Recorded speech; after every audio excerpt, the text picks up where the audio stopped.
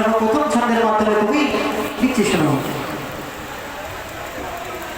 হাকিকাতের সওদাগার আমার মুস্তাফা, ওগো হাকিকাতের সওদাগার আমার মুস্তাফা,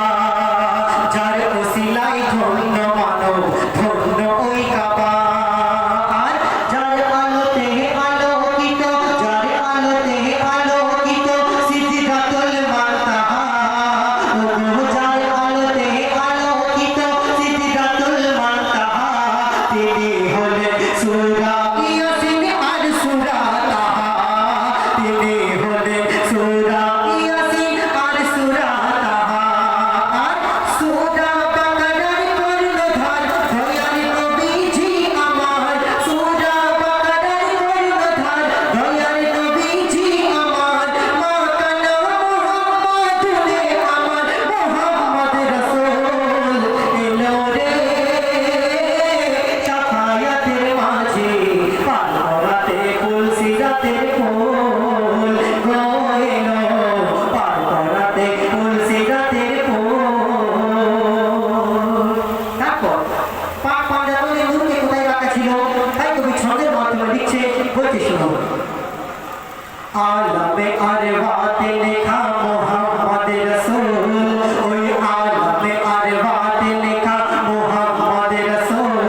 মওলা আলী মা ফাতেমা ওই বাগানের ফুল, ওগো আলমে আরওয়াতে লেখা মুহাম্মদ রাসূল,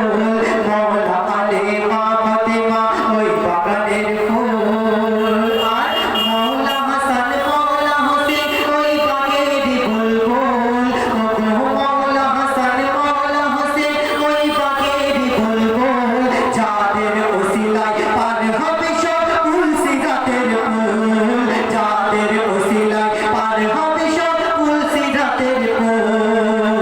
আর ওই মাকাম হতে পাঞ্জাতন গড়ল নবী দো জাহান, ওই মাকাম হতে পাঞ্জাতন গড়ল নবী দো জাহান, এই কাদির ঘুমে ফুটল নব পাঞ্জাতনি ফুল, এই কাদির ঘুমে ফুটল নব পাঞ্জাতনি ফুল, এলো রে আমার সাফায়াতের মাঝে, পার করাতে কুল সিরাতের ফুল গো এলো, পার করাতে কুল সিরাতের ফুল। তারপর ছোট্ট একটি ঘটনা কবি তুলে ধরেছে। যখন মা ফাতেমা আলাইহিস সালাম তারা যখন বিয়ে হয়, তো আল্লাহ পাক রব্বুল আলামিন জিবরিল আমিনকে বলছে, জিবরিল আমিন তুমি এক্ষুনি মা ফাতেমার কাছে যাও, আর মা ফাতেমাকে গিয়ে বলো যে আল্লাহ পাক তোমাকে তোমার বিয়েতে গিফট দিতে চায়, তো তুমি কি গিফট উপহার নেবে। তখন মা ফাতেমা আলাইহিস সালাম জিবরিল আমিনকে বলছে, আল্লাহ পাক রব্বুল আলামিনকে গিয়ে বলো যে আমার কিছু গিফট লাগবে না। তখন আল্লাহ পাক আবার জিবরিল আমিনকে পাঠালো যে যাও